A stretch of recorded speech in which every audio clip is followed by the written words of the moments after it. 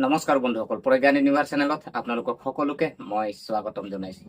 আপোনালোকে জানি আচৰিত হ'ব যে আজি আপোনাৰ যিসকল মেঘ ৰাশিৰ জাতক জাতিকা আছে তেখেতসকলৰ কাৰণে তেখেতসকলক আজি ক'বলৈ গ'লে সাহসী আত্মবিশ্বাসী আজি আপোনাৰ বহুতখিনি আজি আপোনাৰ অগ্ৰগামী আজি এনেকে কিছুমান আমি ভাবো, কিন্তু আপুনি জানি আচৰিত হ'ব আজি তেখেতসকলৰ আজি আপোনাৰ আজি মেঘ ৰাশিৰ আজি ভিতৰত কিছুমান আজি গোপন কথা লুকাই আছে, আৰু সেই গোপন কথা আজি আপোনালোকৰ এই ভিডিঅ'ৰ মাধ্যমত আজি আমি আপোনালোকক বিতংভাৱে আমি জনাওঁ।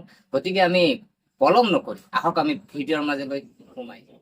প্ৰিয় দৰ্শক, আজি মেঘ ৰাশি জাতক জাতিকাৰ বিষয়ে প্ৰায় কোৱা হয় যে তেওঁলোকে সাহসী, আত্মবিশ্বাসী আৰু অগ্ৰগামী, কিন্তু তেওঁলোকৰ স্বভাৱৰ ভিতৰত লুকাই থকা এটা গোপন কথা বা সত্যটো আপুনি জানিলে আচৰিত হ'ব।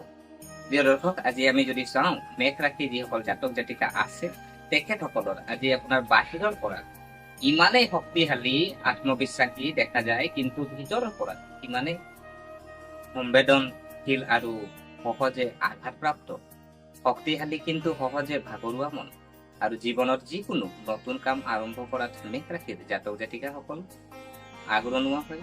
আৰু সেয়া কেৰিয়াৰ হওক বা সম্পৰ্কই হওক বা যিকোনো প্ৰত্যাহ্বান হওক, কিন্তু যেতিয়া তেওঁলোকে আৱেগিক সমৰ্থন নাপায় বা আশা কৰা ধৰণৰ ফলাফল নাপায়, তেতিয়া তেওঁলোকে ভিতৰৰ পৰা সোনকালে ভাগৰি পৰে।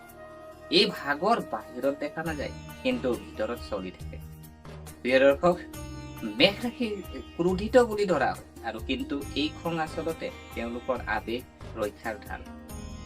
আপোনজনে যেতিয়া তেওঁলোকক আওকাণ কৰে বা বিশ্বাসঘাতকতা কৰে, তেতিয়া তেওঁলোকে খং প্ৰকাশ কৰে, আৰু কিন্তু ভিতৰি ভিতৰি ভাঙি যায়।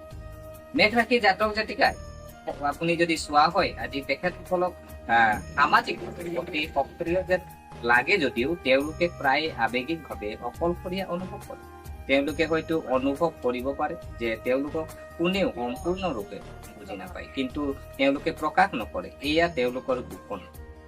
তেওঁলোকে সফলতা লাভৰ বাবে বহুত কষ্ট কৰে, কিন্তু ইয়াৰ এটা কাৰণ হ'ল তেওঁলোকে নিজকে প্ৰমাণ কৰিব বিচাৰে, যে কাৰণ ভিতৰৰ গভীৰতা তেওঁলোকে আকাংক্ষা কৰে যে যদি তেওঁলোকে সফলতা লাভ নকৰে তেন্তে মানুহে তেওঁলোকক গুৰুত্ব সহকাৰে ল'ব নোৱাৰে।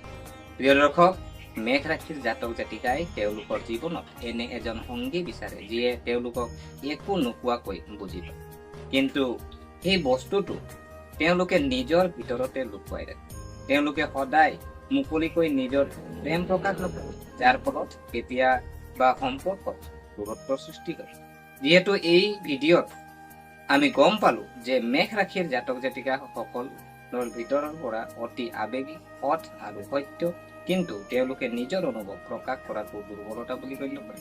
তেওঁলোকৰ এই গোপন অনুভূতিয়ে তেওঁলোকক আন ৰাশিৰ পৰা পৃথক কৰি ৰাখে। প্ৰিয় দৰ্শক, গতিকে আশা কৰো আপোনালোকে ভিডিঅ'টো চাই ভাল পালে। যদি এই ভিডিঅ'ই আপোনালোকে কিঞ্চিত মানুহ লাভান্বিত হৈছে, তেনেহ'লে আজি লাইক কৰিব, শ্বেয়াৰ কৰিব, কমেণ্ট কৰিব, আৰু আমাৰ চেনেলটো যদি আপোনালোকে ছাবস্ক্ৰাইব কৰা নাই, এনে সকলো ৰাশিৰ আজি বিষয়ে পাই থাকিবৰ কাৰণে আমাৰ চেনেলটো ছাবস্ক্ৰাইব কৰি আমাক উৎসাহিত কৰিব বুলি আশা থাকিলে পুনৰ লগ পোৱাৰ প্ৰতিশ্ৰুতিৰে আজিলৈ আমি বিদায় মাগিলোঁ। ধন্যবাদ।